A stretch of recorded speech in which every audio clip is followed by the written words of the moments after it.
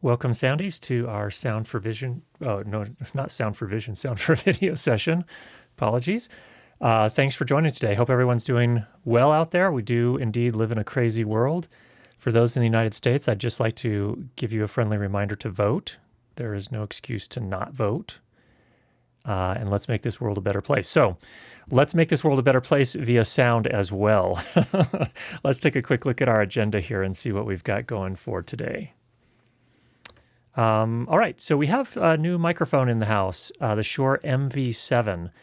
It is billed as a podcast microphone, sort of based on the, I guess they took some of the design cues from the SM7B, which is a long-standing, very popular broadcast microphone.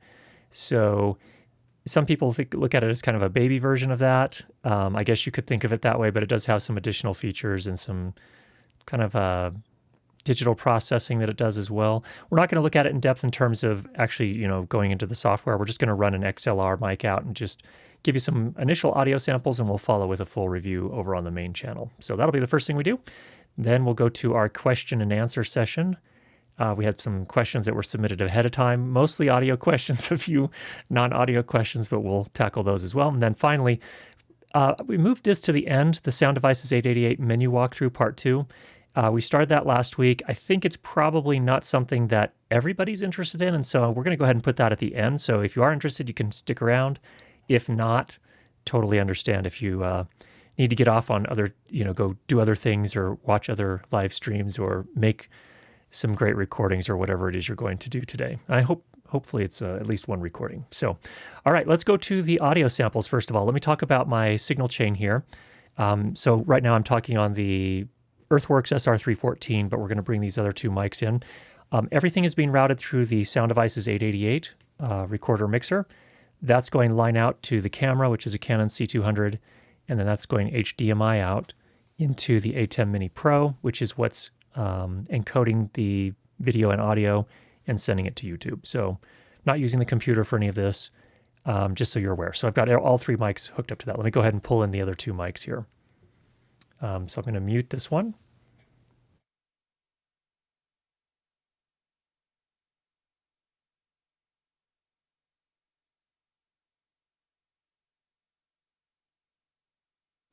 Okay, first up, we are on the SHURE MV7. Coming through okay? All right, coming through okay, I'm told. You can see it here.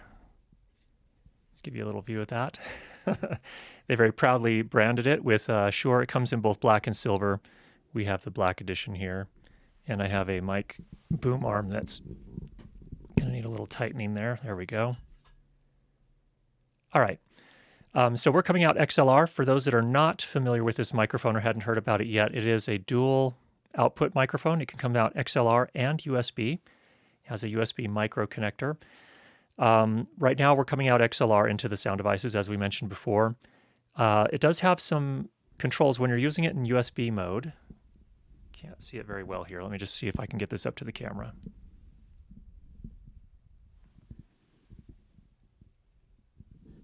There's a sort of touch control there that you can use to set some of the different settings, adjust the gain, adjust your headphone volume. It does have a headphone jack on the back of the microphone as well. And then you can also set the amount of audio you're getting directly from the microphone versus back from the computer via USB. So you can do that kind of mix there.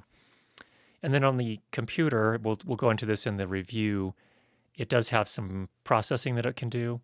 It does have a limiter, but it seems to be a purely digital limiter, which is could ease the process of post-production potentially, but it's not going to save you if you overmodulate during a live stream. So not necessarily super helpful that way, but this is what it sounds like. So I just wanted to kind of get your ears used to this here, listen to it for a little bit, and curious what your thoughts are so far. All right, so there's the MV7. Let's go ahead and mute this, and I'm going to move over to the SM7B, the older sibling, if you will. Okay, we're now hearing the SHURE SM7B right here, and this is the kind of staple broadcast microphone from SHURE. I think it was first introduced in the 70s. It actually uses the same capsule, as my understanding, as a SHURE SM58 It's in a different housing, however, and that different housing gives it a slightly different sound. So this is a very popular amongst podcasters as well, but you have to be a podcaster with a little bit more money to spend on microphones to use this one for podcasting. It is about a $400 microphone. The MV7 runs $250 US at the time of introduction here. So that's, I think, to my ear, they sound, I haven't done the extensive testing yet and a lot of recording yet, but here they're fairly similar, not a huge difference. Lloyd has a great question that I want to address as well, and this will come up, of course, in the review as well. And how much gain do each of them require? So here, for example, right now on the SM7B for live streaming, and we've still got a pretty good amount of headroom here. I'm at 71 decibels of gain. And then if I go to the MV7, to get to the same levels, we were at 65 dB of gain. So there's a difference there. So somewhere in the 6 dB of dB difference there, it looks like. So, okay, so there's the SM7B and the Shure MV7. Let me go back to the MV7 here. I'm going to go ahead and mute the SM7B. Okay, we're now back on the MV7. And I'm probably about 5 inches away from the microphone right now, 4 or 5 inches. 5 inches? Does that look about right? Something like that. Okay. Emma claims not to be good at distances. Some initial thoughts. I have heard people say about the MV7 for podcasting. I mean, if you're trying to do it on the cheap, then yeah, maybe it's an okay option, but it'll be interesting to see how robust they are, because, an SM7B is a pretty tough piece of gear. You have to really abuse it to cause any problems. As soon as you start including touch interfaces and things of that nature, USB ports, it'll be interesting to see how well it holds up. USB micro in particular, usually if something gets like really abused physically, usually it'll be the cable that gets damaged, but not always. If it's the port that gets damaged, then you have a bigger problem to deal with. It's easier to replace a cable than it is to replace a port on a microphone. So, it really depends on how careful you are with it and as to how much mileage I think you'll get. But it is, I think from the standpoint, I think that's a valid point from the standpoint that there are more things that can break on an MV7 versus an SM7B. And really the Shure microphones are legendary. The original, certainly the SM7B, the 58, the 57, well, 57 does have a plastic cap that can break, but the 58, I've seen some of those that have got to be 20 years old, and I see that they have, dented grills and things like that, but they still work and they still sound pretty much the same. So they hold up pretty well.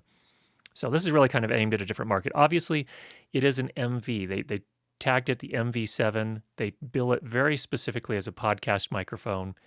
And in fact, on the box, it literally says MV7 podcast microphone. So they're really much, very much aiming for a specific audience with this. I think it can be fine for that audience. I think to me, again, it sounds very similar to the SM7B with $150 lower price tag. So that's not a bad thing. And it is my understanding as well that it can come out USB and XLR at the same time. So that's a pretty positive thing. All right, let's pause there and see if we have any questions on the MV7 just yet. I'm surprised it hasn't got USB-C with a question mark. Me too. I don't know why some of these manufacturers continue to use USB micro and especially USB mini. I've seen some of those recently. Like, to do my light reviews, one of the things that our little business here purchased was a Seikonic light meter. It was $1,500. It's a spectrometer, and wow. It's a lot of money, and it comes with a USB mini connection. I don't know why they choose to do that. It would be more convenient. I think the USB-C connectors are more robust than micro. So yeah, it would have been a nice thing as well. I agree.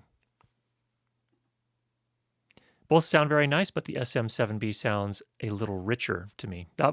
Okay, that's a fair one. Fair observation. Appreciate that. Also, thanks to Rob for the coffee fund. Appreciate that. For that price, I would go for the Lewitt LCT 440 Pure, which sounds like an MKH 416, which is around $1,000. That's a fair point too. Yep. Now, of course, we're talking about different microphones there. So the LCT 440 Pure is a very nice microphone. Does sound very much to me as well like an MKH 416.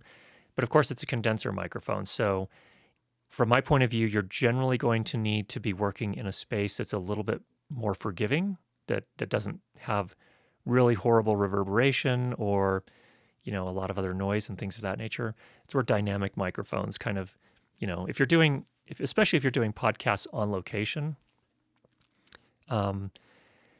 whether you like the sound of dynamic microphones or not, it seems like there's an advantage there in terms of just managing noise and managing potentially less than optimal recording spaces. So I understand the point though. If you've got a place where you can record, an LCT 440 Pure could be certainly a more natural sound, a more definitely more high frequency response than you're going to get out of most dynamic mics. So fair point. To clarify, what kind of voice would you suggest for the Shure MV7? Well, I mean, I think any voice can work with it. It's a pretty classic sound. So if you have a lot of sibilance, that's going to be emphasized a little bit. I think we're hearing a little bit of that on my voice, but I'm supposed to look at something. You're answering something else that's not on the screen right now. Oh, I'm answering something else. That's my mistake. My director told me that I'm answering the wrong question, so apologies, folks. To clarify, the MV7 requires less gain, possibly eliminating the need for a cloud lifter. Yes, I think that is true. Yes, it requires about 6 dB less gain. So again, it's going to depend on your preamplifier, but yes, less gain. So potentially no need for a cloud lifter. Thank you, director, for getting me back on track. What kind of voice would you suggest for the MV7? Okay, this is the question I was answering. I think it's a pretty classic sound. A lot of people are used to it. If you have a lot of sibilance, you might need a little bit of de-essing. I think it can work for most voices. It's not bad. They do tend to, dynamic microphones, especially when you're close miking, tend to sound a little bit sinusy. You start getting a little bit of the nose sinus sound, but that can also be EQ'd. So I think it'd be okay for a lot of voices. Same proximity effect on both. Let's test that. Okay, so here we are on the MV7. Here I'm right up on the mic on the MV7 from Shure, just to get us a sense for its proximity effect. And what I'm going to do here is, as gracefully as possible, I'm going to switch over to the SM7. That wasn't very graceful. Okay, we're going to go ahead and mute the MV7, again, right on top of it. And now we're right on top of the SM7B, sounding a little bit more bassy on the SM7B to me. So definitely more proximity effect. So I'm not sure that you're getting the same proximity effect. Definitely a bit more on the SM7B. And that, I think if you do want that richer sound, maybe the SM7B is a better choice if you do have the budget that's available for that. So there's the difference between those. A good question on that. Let's see if we've got anything else there. I'm going to go back to the MV7 here, again on the Shure SM7B right now. Now back on the MV7. I think one thing that Shure did say in the marketing information is they said that the MV7 is, which kind of made me smile a little bit, it's optimized for spoken word. And that could well be. I mean, originally when they made the SM7B, I don't know what their intent was, but it was used quite a bit for vocals, for music. But I think what I saw in some of the marketing materials is really made, again, for podcasting and therefore for spoken word content. So I think what they tried to do is make it a little bit less kind of that bassy, woolly sound that you get when you get right up on top of the mic. There's not quite as much of that. So here's from Klaus. I don't like coffee, but love the sound. Love sound. Thanks for that, Klaus. Okay. John mentioned here that, I'll come back to that in just a second there, John. Okay, how do you like the small footprint of the MV7? That's a fair question. Let me just try and get both of them here on camera so you can see.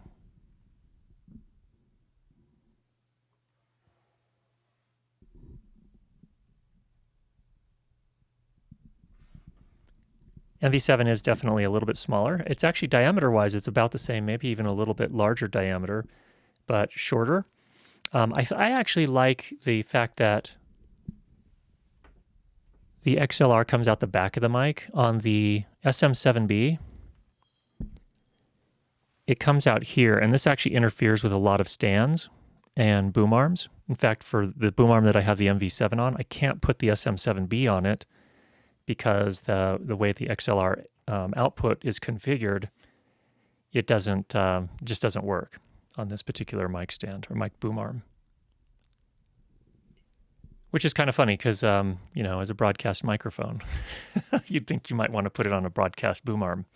So anyway, some thoughts on that.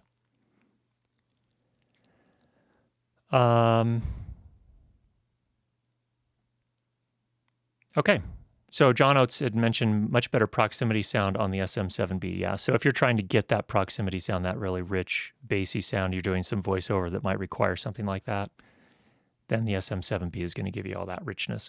Oh, I should also mention, obviously, because we're not working through USB, this is set at its neutral settings. No high-pass filter, no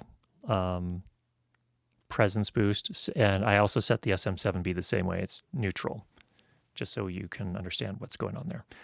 Mr. Hammett64 has a question. Let's pop that up. Thanks for joining us, Mr. Hammett. And he's actually asking Scott, how do people know that Michael Jackson sang into an SM7B for the Thriller CD? How does one find these things out? My understanding is that Quincy Jones talked about that. So, and he was the producer. So that's how we know that. And you would look at interviews in, online and in magazines and things of that nature where they talk about that kind of stuff. All right. Have you compared sound via XLR and USB? Not yet. Just got the microphone, so this is our very first sampling, right? I mean, I set it up last night, but this is the first I've really looked at it. But in our review, we'll definitely be looking at the difference between USB. Some people, in fact, Bandrew suggested in his review that he actually preferred the sound via USB. And he was coming into a Focusrite Scarlett 18i2, I think, or whatever the 18i is. Their larger input audio interface, but he preferred the sound. I didn't notice a huge difference once it was uploaded to YouTube, but I'll be interested in looking at that a little bit more. So, okay. Let's put Lloyd's comment up. He's an interesting input there. On small speakers, the proximity effect is greater on the MV7, so I think the low-end voicing is closer to 90 hertz. It seems that SM7B proximity is voiced at or below 60 hertz. Great point. So it really depends on the playback system that you're using, the speakers that you're using. If you're working with really small speakers that can't reproduce some of those lower frequencies, you may actually hear more of it on the MV7 just because it's probably voicing that most of that proximity, at a higher frequency, closer to 90 hertz. So thanks for that insight, Lloyd. Good point. Oh yeah, one other person, the second to last question or a note there. There we go. I thought it might be the SM7, not the 7B. Yes, that's correct. Back in when they recorded, it was probably the SM7. The differences are fairly minor. The voicing is pretty close to the same. So, but yeah, back in the Michael Jackson Thriller days, it was probably the SM7, or it was the SM7, not the 7B. Okay. All right, we're going to call it there. Let's go do our questions, and we'll come back to the chat after that and cover any questions after that. So give me just a second here. I'm going to move everything out of the way, back to our regular mic, and we'll do our Q&A.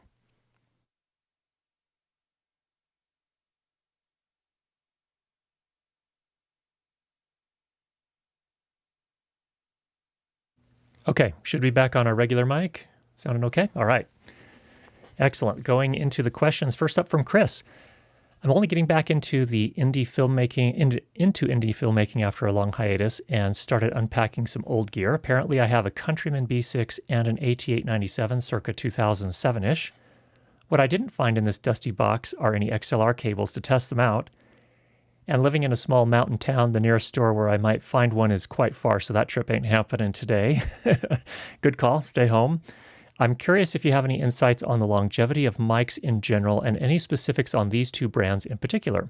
For reference, part of the reason I'm asking is because I also unpacked two Sony MDR7506 headphones, and both of them have a dead side. I tried to take the good driver from one and replace the bad on the other, and this was an epic fail, but it made me wonder how long audio equipment is supposed to last. That is a really good question. And I may call on some of you guys that have been in the biz a little bit longer than I have. So I would say this, my experience has generally been with microphones that are taken care of and not abused, not stored out in a dusty garage through the winters and through the summers. Microphones will typically last multiple decades, has been my experience. Some of you guys that have been in the business a little longer, definitely let us know in the chat there what your experience has been. Headphones and speakers, on the other hand, are a different story. That's where I see those things wear out a little bit more. The rubber that's used in most of the woofers and some of the other materials used, those go through a lot of stress over time. And my experience is that those have more of a tendency to break down. So that would explain, from my point of view, that the MDR 7506s are not working anymore. Not terribly surprising. My sense is that your microphones are much more likely to be in good working condition. Again, assuming they haven't been abused, stored in some really hot or really cold, really dusty place, anything like that. So if they're relatively clean and, temperature-wise, they've been in a fairly stable environment, they can last a long, long time. I think decades and decades is not unusual. So that's my take. Again, if any of you guys have different perspective on that or other experience, definitely let us know in the chat. So best wishes. I hope that the world's pandemic settles soon enough and you can go out and get yourself some XLR mics and get back to work. So good luck on that, Chris. All right, next up is from Clayton. The limiter on the new podcast Zoom machine is amazing. Let me give some context here to what Clayton's talking about.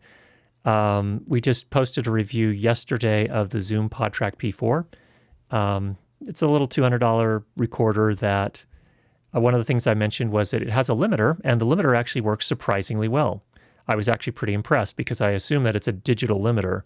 So they may be doing the digital hybrid thing where they actually, when you turn the limiter on, it's actually reducing the gain that you've set by 10 dB. As the audio comes through the converter, if it will not clip, then they add 10 dB back to that sample.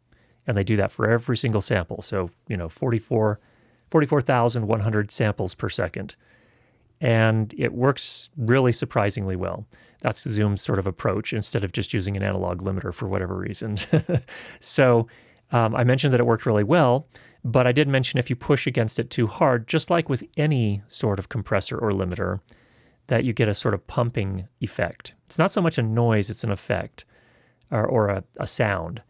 I'm unsure on what the pumping noise is. Is there a way that you can illustrate that? I have heard about the pumping noise before, but I can't identify it. I think I have heard the warbly sound, but I'm still uncertain on that one. So I suppose you could call it warbling, but I normally think of it as pumping, and I think that's what a lot of other people describe it as well. So let me do this. So first of all, to answer your question, Clayton, if you go back to that video and play that portion, when you see the waveforms right up near 0 dB, there's probably a 10-second period where I demonstrate that. That is that pumping sound that I'm talking about. And really, maybe the best way to describe it is it's just over-compressed, and it's very obvious. I have a compressor here. Let me go ahead and see if I can recreate that here just so you can hear it. The volume is going to fluctuate a little bit, so be prepared on your volume control. It's most likely going to go down because I don't have a makeup gain here. So I'm going to pop into my compressor here.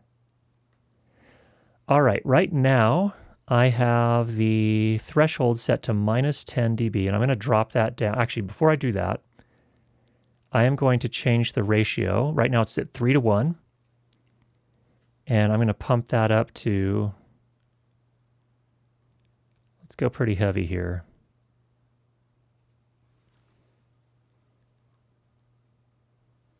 Here's 10:1. Okay, now let me go ahead and drop the threshold. Okay, now I'm talking into that compressor. You should, we're doing a lot of attenuation now. Going to reduce the release time as well.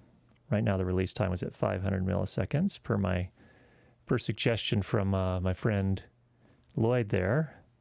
We're going to drop that to 100 milliseconds. A lot of range on this one. Okay, so here is where a pretty heavy-handed example of compression.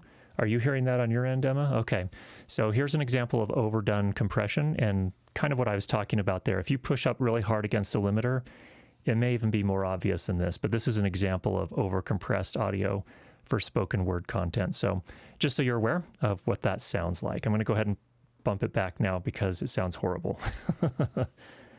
We're going to first of all bump our threshold back up. Change the ratio back down to 3:1. Start to hear it softening up a little bit there. And we're going to bring our release back out to a much longer setting. There we are. Okay, and here's with a much milder compression, so you can hear the difference between, again, really heavily compressed and much milder compression. Hopefully that helps, Clayton. It is something, if you just listen for it, it'll become pretty obvious over time. Your ear will just get used to hearing those different things, and you'll have a better sense for how that sounds.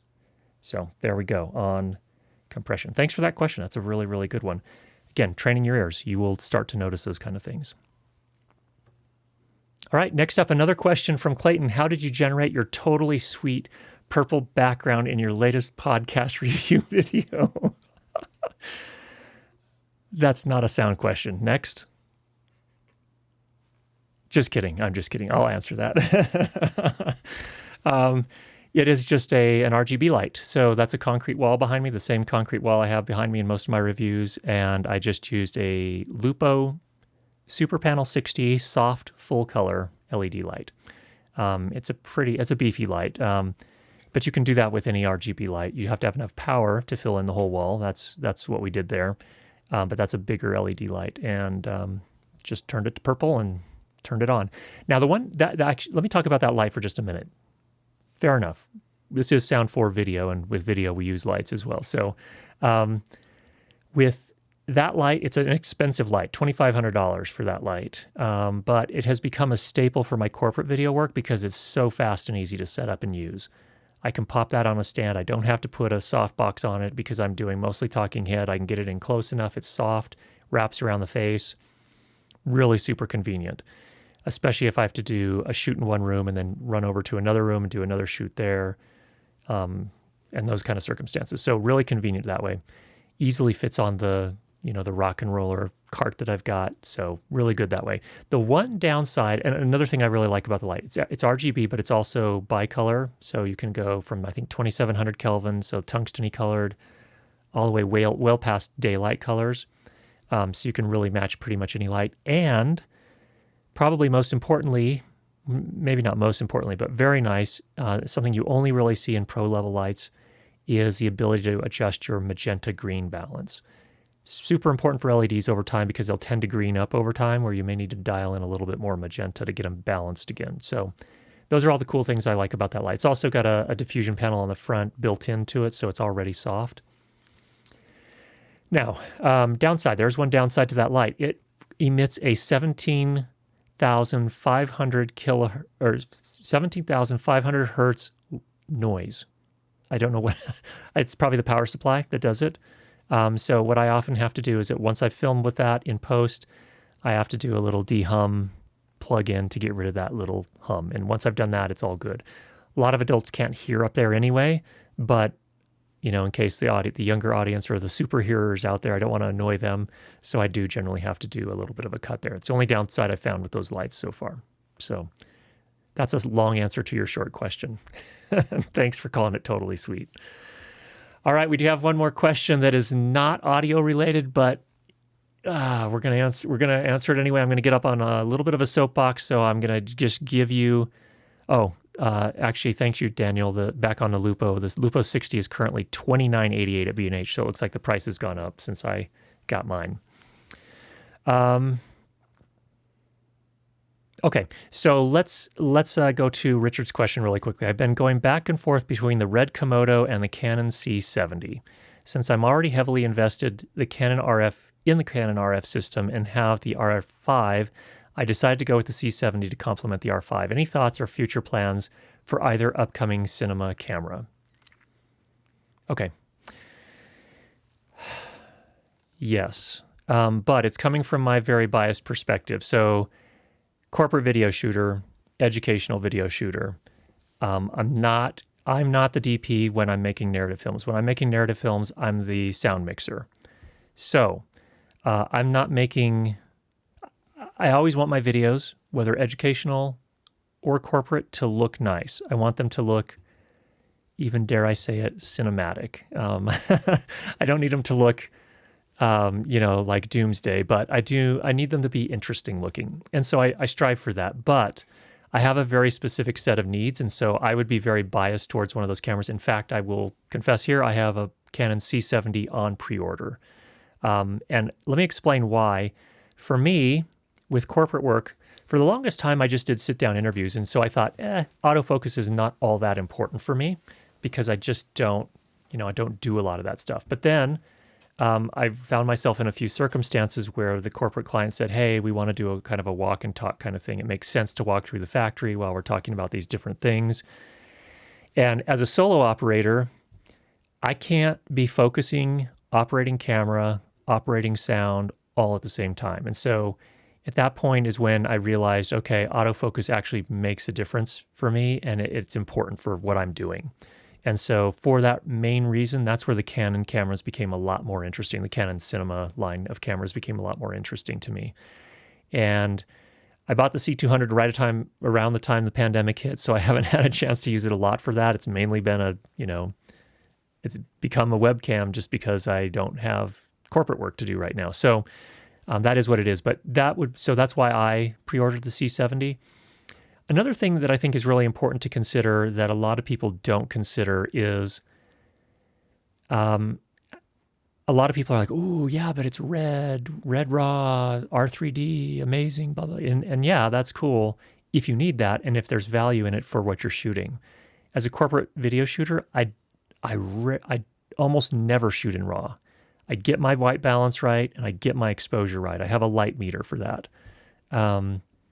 So for me, in terms of the post workflow, it makes a lot more sense to use something like the C70, which cannot shoot RAW, versus a Red Komodo, which is really kind of, you don't have to shoot RAW in a Red Komodo, I don't think. I actually didn't even look into it closely, but it's really kind of built around a cinema workflow where that's important. Its autofocus is more like a one-touch focus. It's not something that's going to track really well. It doesn't have the face detection, at least not yet, from what I saw. So it's an amazing camera. It just doesn't fit my workflow. So that's the main reason I went with the C70 instead of the Komodo. So hopefully that makes sense. Okay, I think, is that the last of the questions that we had submitted ahead of time? Okay, let's go to the chat and see what we've got in the chat. We got some time. This is the fun part. Okay. In reference to the Shures.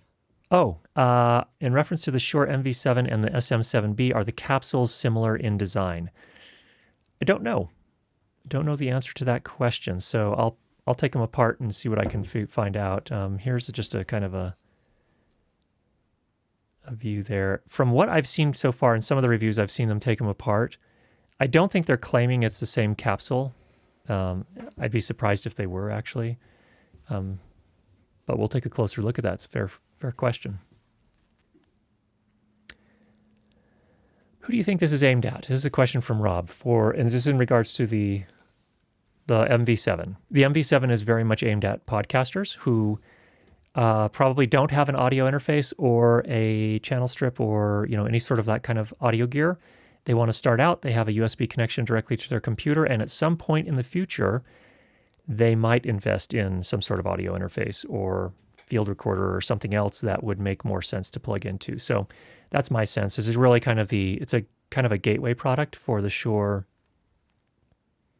professional lines, I guess.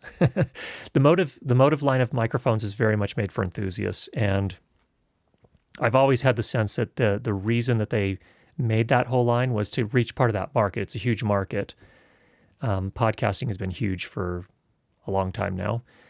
But it's an opportunity to reach that market, to get people familiar with the Shure brand. And then, once they're ready to upgrade and kind of move to a level up, as people say, then they'll probably look at the Shure microphones as well. That's my guess. It's a good question, Rob. And by the way, Rob, nice new photo. Like that. What do you think the best headphones for audio editing are? Budget option. Define budget. If you're saying less than $100, we can probably talk about that. I don't know a lot about microphone or headphones in the like $30 range, just not familiar with them. So I can't speak a lot to those, but certainly I think that, what was the, what's the model number? I always ask you this, I apologize. What's the model number of the Sennheiser headphones that you have? HD280. The Sennheiser HD280s. Here's the thing. So when you say editing, a couple of things. Number one, ideally, especially if you're going to be doing mixing films and you're going to be doing sound design, I would prefer open back headphones. Now, if you're talking about recording and maybe just dialogue editing, I think closed back is probably fine for that. If we're talking about that, the Sennheiser HD280s are pretty nice. I like those. I think they're actually a little bit more than $100.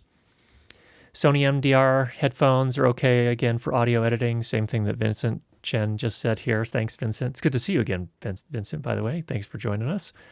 Those are kind of the two. Sonal also has a set of headphones. If you go to B&H, I don't remember the exact model number. I want to say something 1000. But Sonal, they're very much like the Sony MDR 7506s. In fact, the same third or aftermarket ear cups. If the ear cups ever wear out, you can use the exact same ones that are made for the Sony MDR 7506. But I found that the Sonal actually sounds a little bit more even. It's not quite as biased or colored, I guess I should say. The Sony MDR 7506s sound nice, but they have quite a bit of bass, I think. So those are some thoughts there in regards to headphones. If you need something in a less expensive... actually, what's the name of the company? There's a company that's been just this week there was a Trulapalooza. So for those not familiar, True Audio is a retailer mostly for professional location sound. And I think it's called Halter Audio is a company that makes headphones. They're actually made mainly for giving to people on set. So directors, script supervisors, producers, to give them a wireless feed of the audio from the mixer. And they're fairly affordable. They're like $25 or $35, or they're probably closer to that range if you were looking for that range of budget gear. I'd probably look at those. I've never used them, but definitely worth looking at. So, and the thing is, one thing to keep in mind with headphones as well, they're so personal. Like what works for one person, even if they're great headphones, may not work well for another person. We all have different size heads, different size ears. We just hear a little bit differently. So it's not like there's one ultimate thing, but there are some things to think about that hopefully get you in the right direction. Okay, next up from Ted, any plugins you like for spoken voice in the Universal Audio universe if you use any UAD stuff? I certainly do. In my console app, I almost always have an LA2A set up. So just to do a little bit of kind of fairly transparent compression for spoken word. Also use, what is the name of the, it's a Pultec EQ as well. Let me just pull it up here real quick so I can get the exact name. As soon as I say Pultec, probably most people know what that's all about. It's the Pultec Pro Legacy is what it's called in the Universal Audio world. It's a pretty nice one. I haven't bought a lot of the Universal Audio plugins just because I find the LA2A just works great. Like I don't have a need for really much beyond that. So the Pultec Pro Legacy EQ, really kind of an interesting, very much more of a vintage kind of layout and setup. For those that haven't seen it before, it just has a bunch of knobs, and you have no kind of graphical. It's not like a parametric equalizer where you can drag dots along the frequency spectrum and pull them up or down. It's just a bunch of knobs. And it works, but it works really well. So great for kind of solving production or recording type problems. Could you give a dummy's guide explanation to the settings on the back of the Shure SM7B? Cheers. Yes, Gordon, can do. Let me just show you really quickly. It's actually upside down because of the way I had it mounted. Let's see if I can get that in front of my face and focused on that.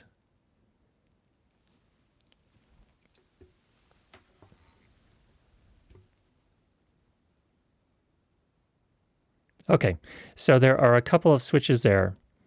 One of them is essentially a high-pass filter. So if you want to reduce some of the low-frequency sound, that will essentially cut that.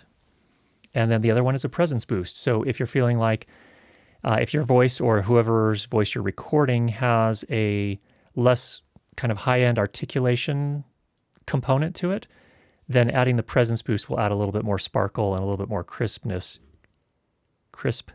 to their voice. Let me just kind of give you an example of how I would use that. On my voice, I just leave it neutral. And I think generally for my voice, that's going to work the best. I don't have a particularly deep voice. I also tend to have quite a bit of sibilance in my voice as well. So the presence boost would just make that worse. So we don't add a lot of that. Sibilance, again, is the sizzling sound from S and C, sometimes T. So that's kind of the dummy's view. So I would generally start with that at neutral.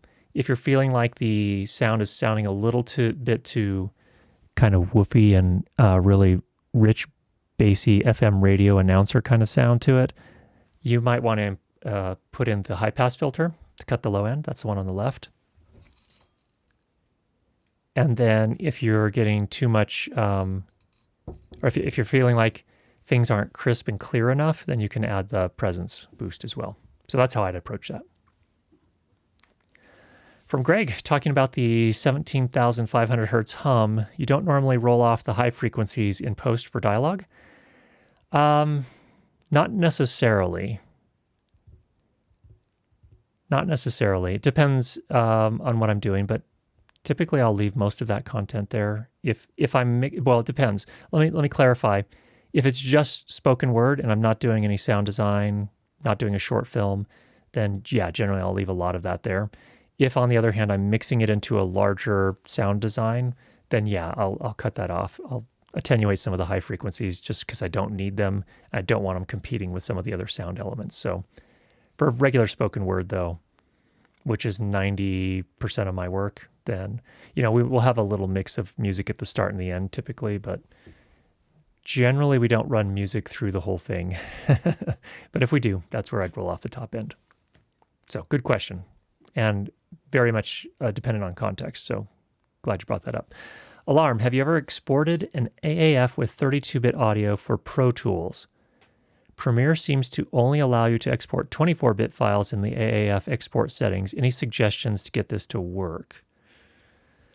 No, I didn't even know it was possible to identify the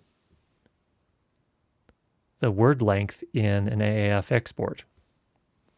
Honestly, let's take a look at Audition here. And I've had trouble with Audition and AAF files, to be honest. For the podcast, when I've produced the podcasts, I don't always get them. It's given me some trouble. Let me just pull in a relatively short clip. Let me go up to File, Export, File. Okay.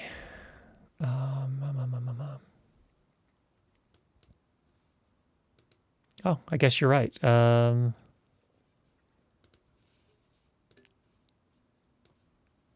You do get to choose it. Well, I mean, there's a setting here, but I don't know. Bit depth. It says 32-bit. Let's see what happens.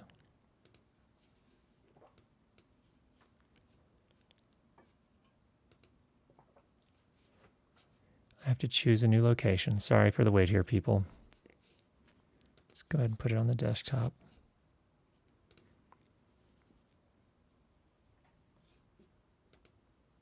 Okay, now let's open that from the desktop. Yeah, it identifies it as 32-bit float. I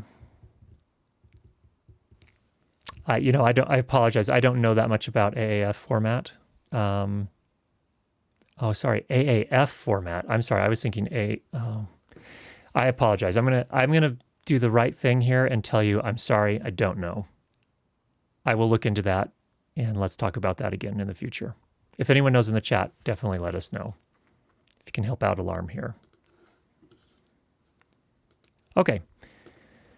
Guillerme, did you try the small diaphragm condensers from SE Electronics? I am testing them for indoor dialogue setup. I have never used an SE Electronics microphone yet, unfortunately.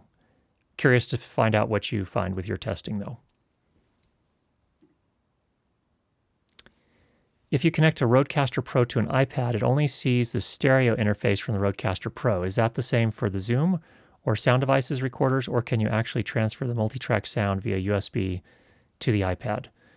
I don't know. I don't typically use it that way, any of them. My understanding, though, is that, maybe there's a special app that allows you to do that, but I think the standard, that they're usually just class compliant, meaning that they will just send 2 in and 2 out, most of those USB devices. So I don't know if there's an exception to that. So I'm going to have to throw that to the audience here as well. Good question, Klaus. Sorry, I don't know the answer offhand. Best choices for headphones for recording sessions, talent during ADR.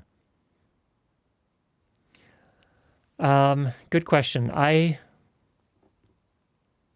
For those that aren't familiar, ADR is automated dialogue replacement. It's basically when you bring an actor back into a studio after the shoot and have them re-record their lines because for whatever reason the production dialogue recordings weren't good enough or got messed up or whatever. I just have what I have on hand, so and I don't typically do that. But when I have had when I've had people record voiceover, for example, I've had the Sony MDR 7506s available. I've had the Sonals that we talked about just a minute ago available. And I've also had the DT 770 Pros available to them. So those are the 3 that I've used. Typically, for those voiceover, they're like training screencasts is typically what we're recording for my work.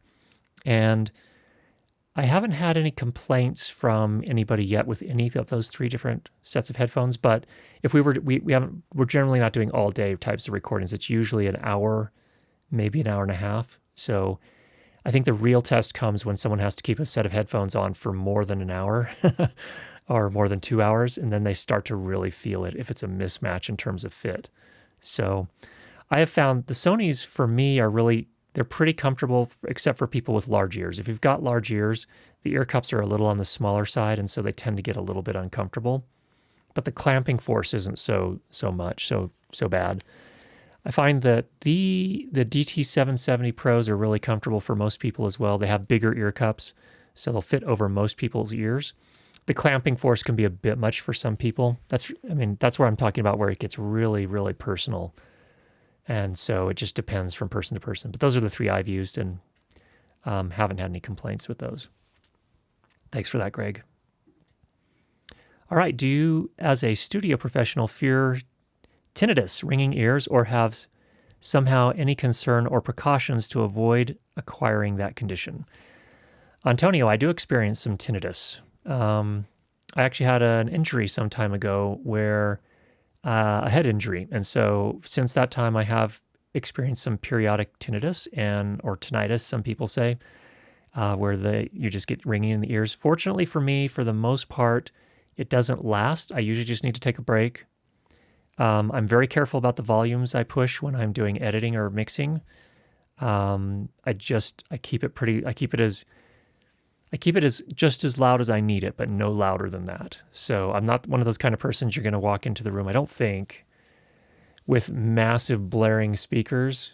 They're not usually too loud, are they? Only when you watch Star Trek. Only when I watch Star Trek.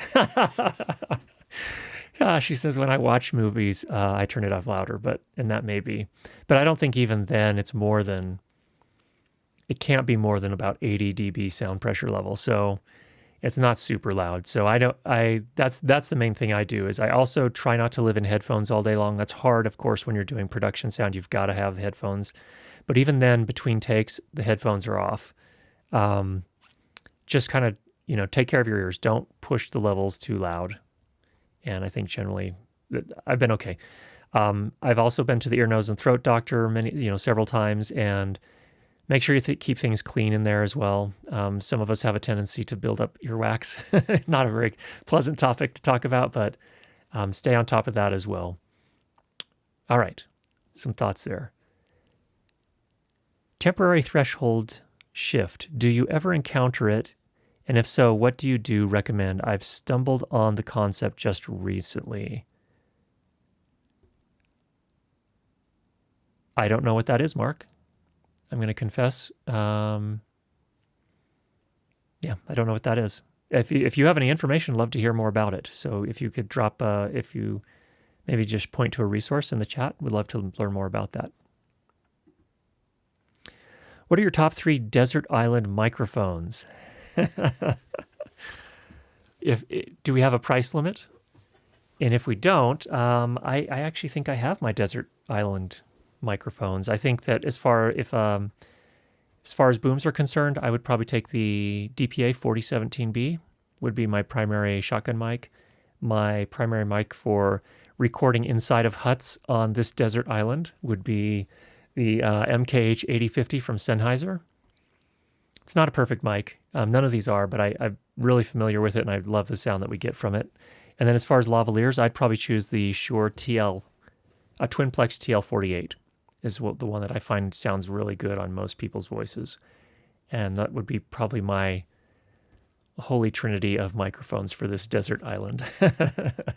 And there, there's no such thing as the right microphones. That's purely opinion on my part, but those are good microphones. So, all right.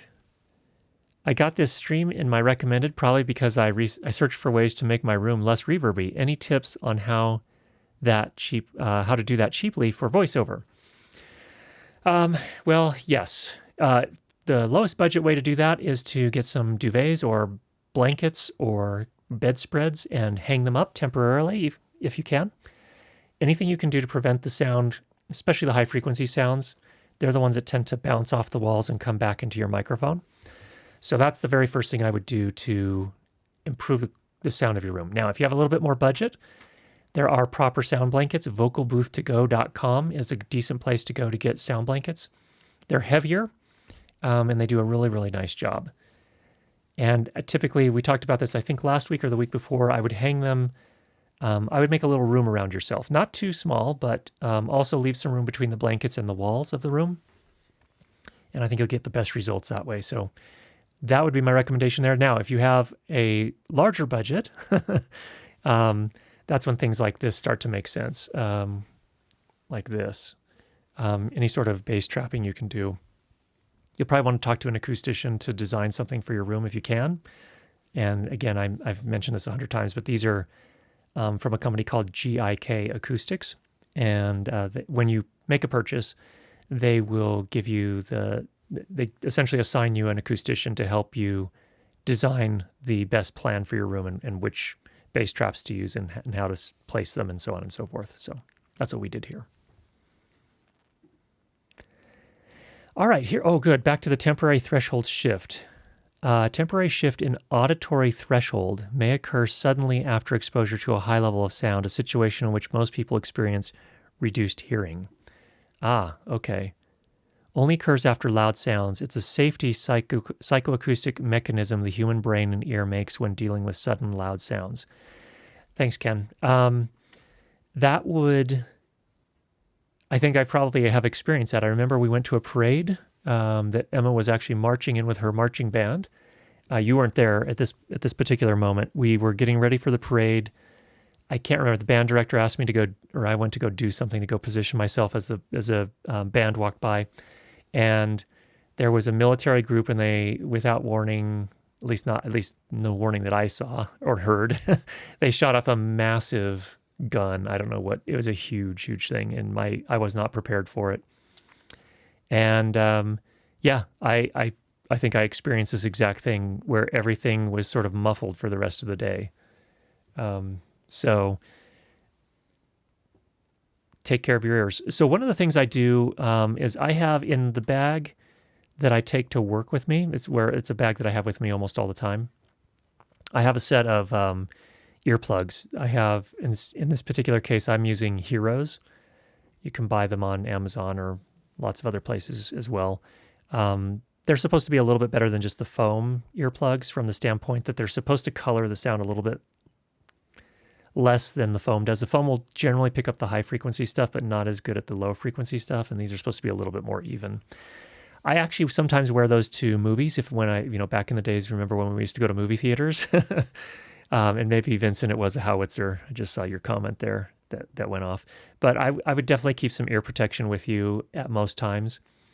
I don't know that would have helped at the parade unless I put them in for the entire parade. And actually after that, I don't know if you noticed this, I started wearing them in all the parades just because you just didn't know what was going to happen. And sometimes like the fire departments will, if they're in the parade, they'll turn on their sirens and stuff, and that can just be a little bit much. And so those Heroes are pretty nice from the standpoint that you still can be there in the moment and experience the parade, but you're much less likely, I think, to do any damage to your ears. So just a little tip there. So thanks, Ken, and also I didn't catch the name of the person who originally brought it up, but thank you for that. That's a great point.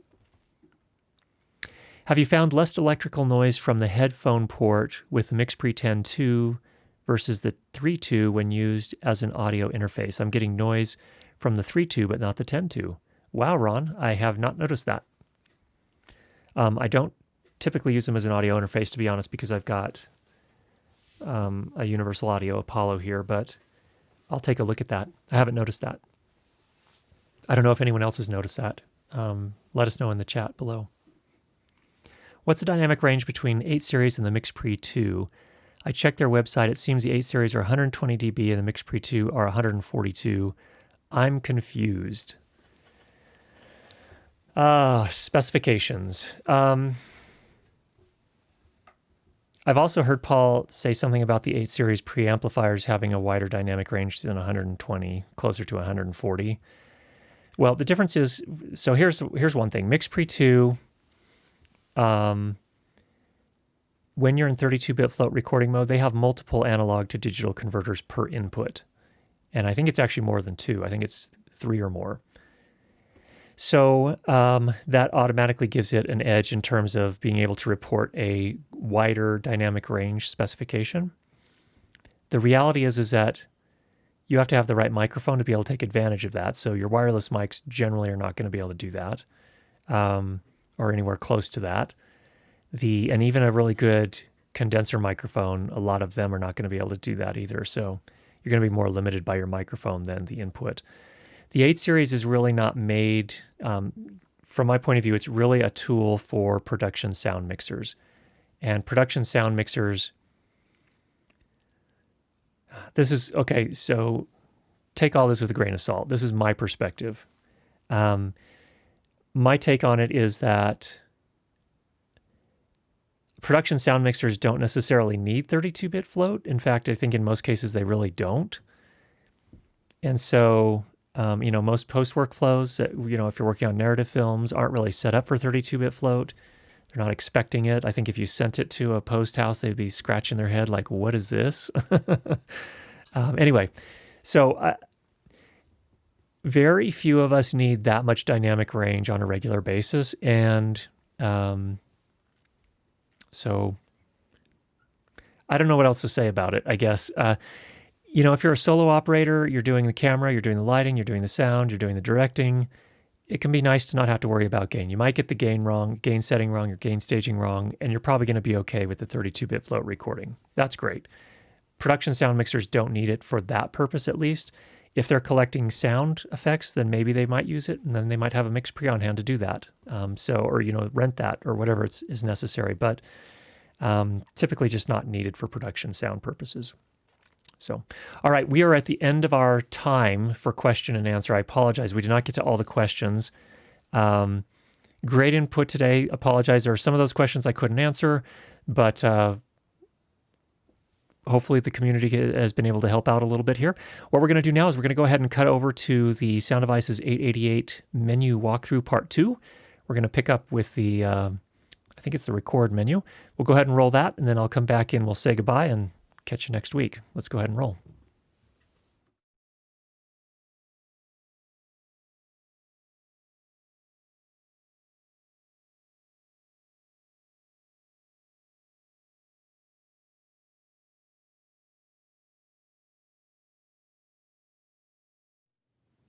Okay, let's come back out. Here we go to the record play. So here's where we set our sample rate, our bit depth, pre-roll time, and post-roll time, currently both set to 5 seconds. So when I press record, the 5 seconds prior to that time are recorded, and when I press stop, it continues recording for another 5 seconds. If I press record again before that 5 seconds is up, it continues that same take. So that's pretty nice. Here's where you determine what gets recorded to which. Now, the 888 has an internal SSD drive, and I think it's 256 gigabytes if I remember correctly, but it also has 2 SD cards, and you can choose what gets recorded to each of them. You can see right now I currently have them each set to just record the isolated channels. You could record the left and right bus as well, buses 1 and 2, or everything. So for now, I'm just going to go ahead and leave it at the ISOs.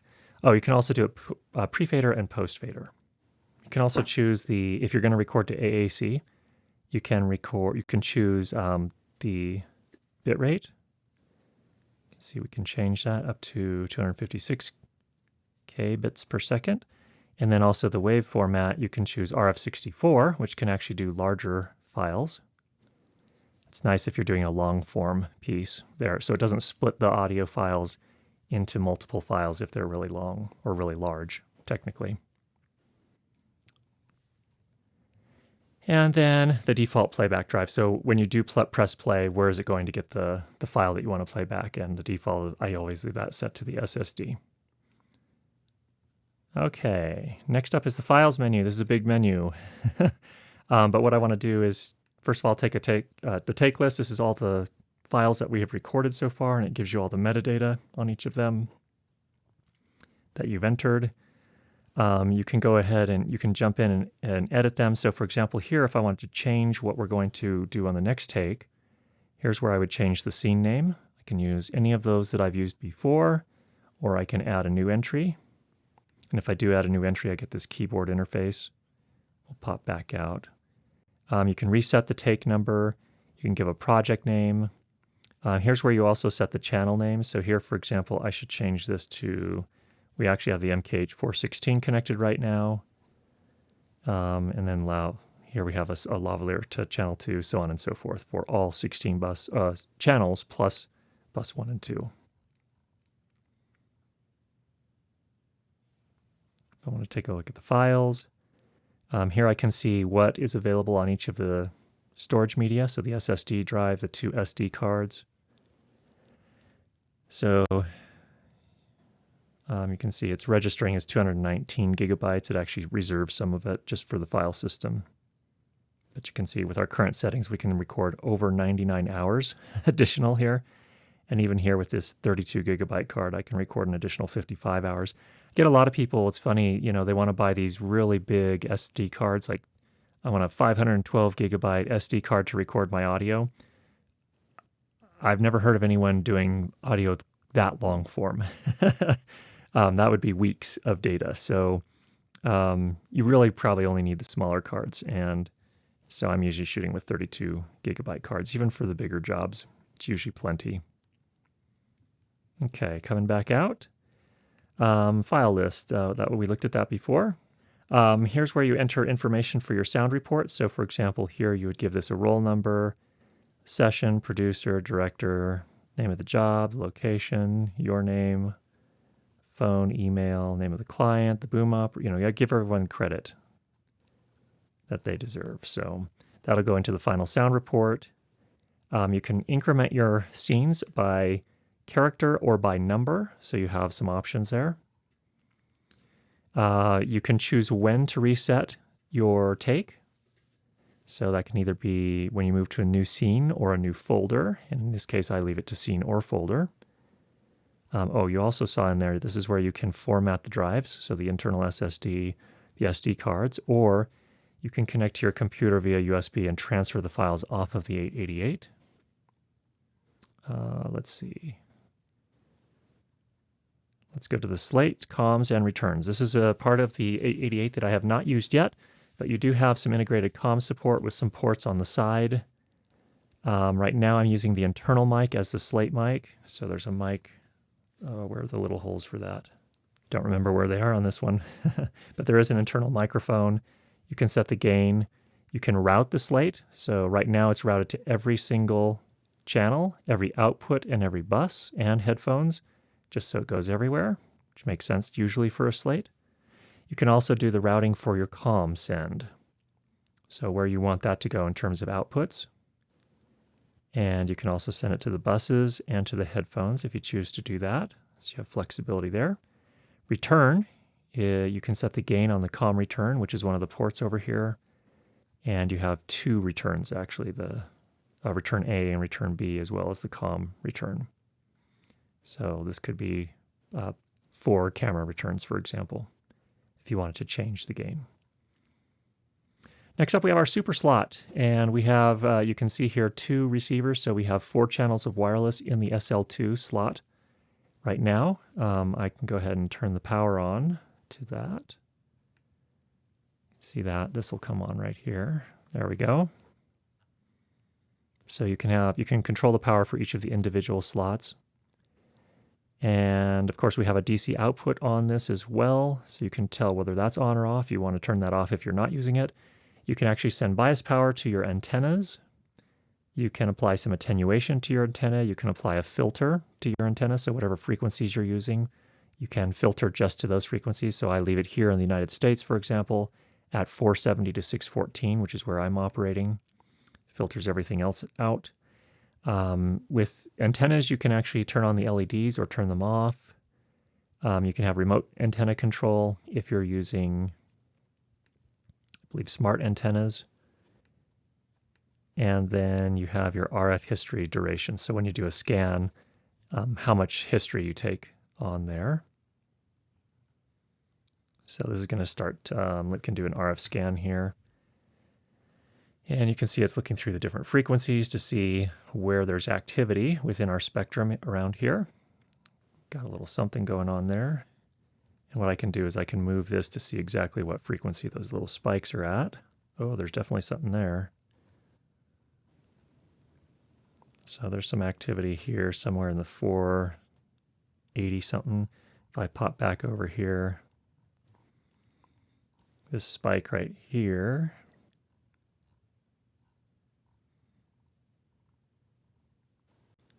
somewhere in the 520. Anyway, you can see where the openings are. Do a full RF scan there. And so I'd probably want to go somewhere in this range here if I could. Might be a little bit, there might be enough space here for a channel, just as an example. Pop back out of that. I'm going to go ahead and turn that off for now just to save ourselves some power. And now you can see it's back off. All right, next up we have our system menu. This is where you can set up a whole bunch of stuff regarding the overall operation of the 888. So here, for example, here's our tone setup, how loud it is, what kind of tone you're using, in this case a 1000 hertz tone, and where the tone gets sent, in this case to all of the tracks, all of the outputs, and all of the buses. We have notification bells, so when you start pressing record, this is where the bells play.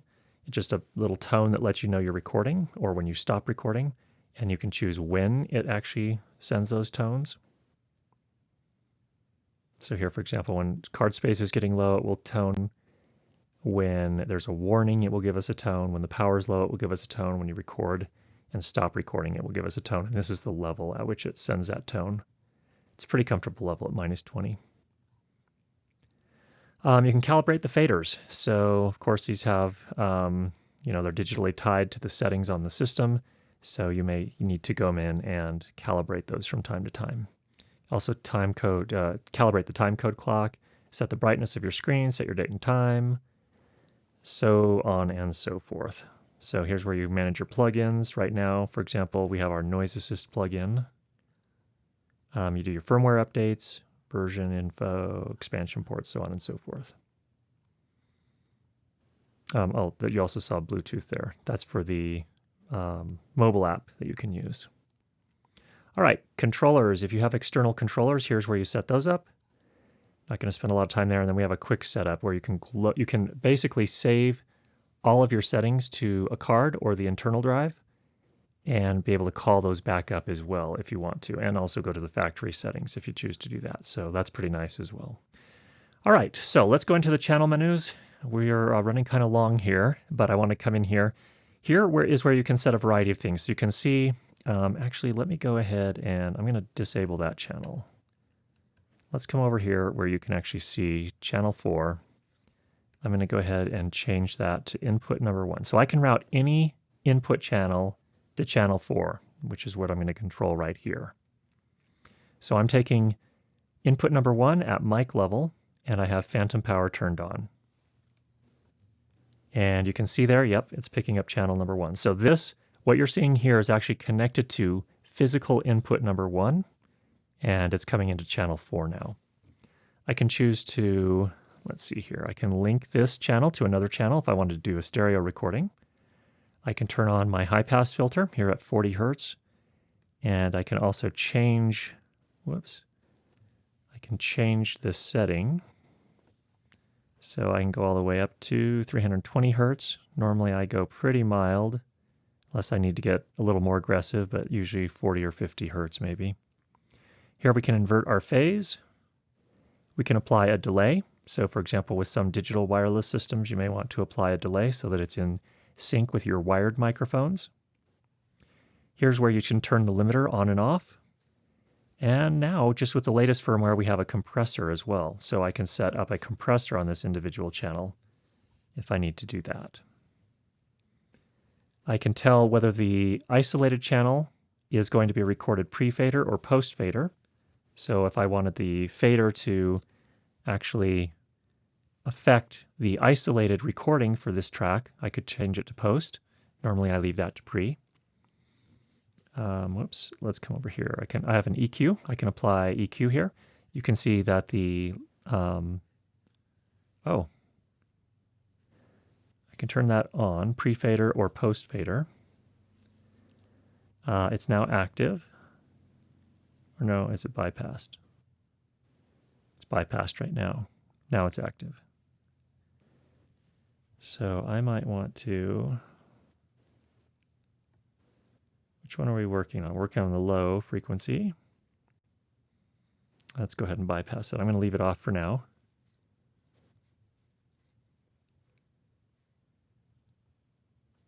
Okay. We can come in, we can turn on auto mix for this individual channel. You can see it's currently disabled, but if it were enabled, I could quickly turn it on or off here. Yeah, we'll go ahead and leave that off. So I'll come back in, use the switch to get back into that channel. And if I were doing noise assist, that would be right here on the NA menu, and I could dial in how much reduction I want to apply in dB.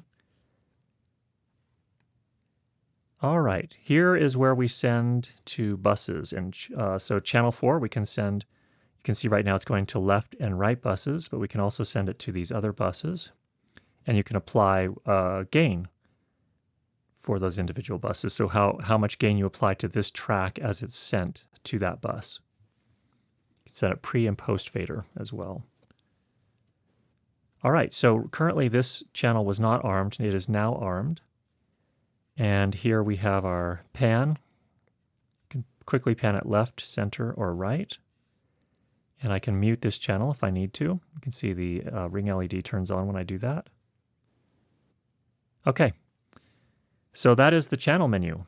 And here's our slate mic. And now we're back to our regular mic. So there's a quick look at the 888. You can see now this is armed over here, not armed on channel 1 anymore. And so there's a look at the 888. Not super in-depth, but an opportunity to kind of get your, just take a tour and see what it's all about when you get into a mixer of this level.